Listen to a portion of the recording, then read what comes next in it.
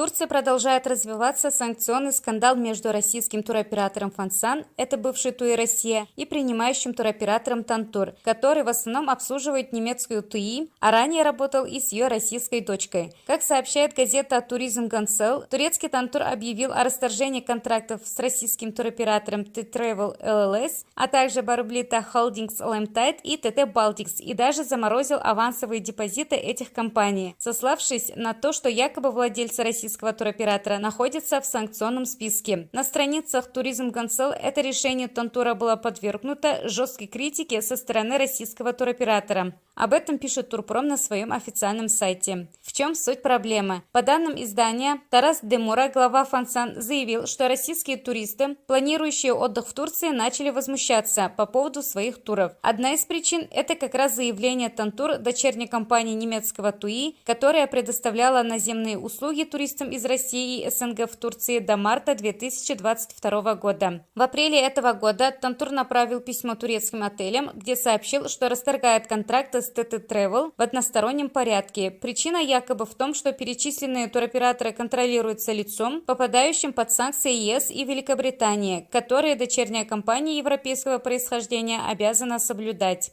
А что будет дальше? Будем следить за новостями. Что думаете вы? Жду ваших комментариев.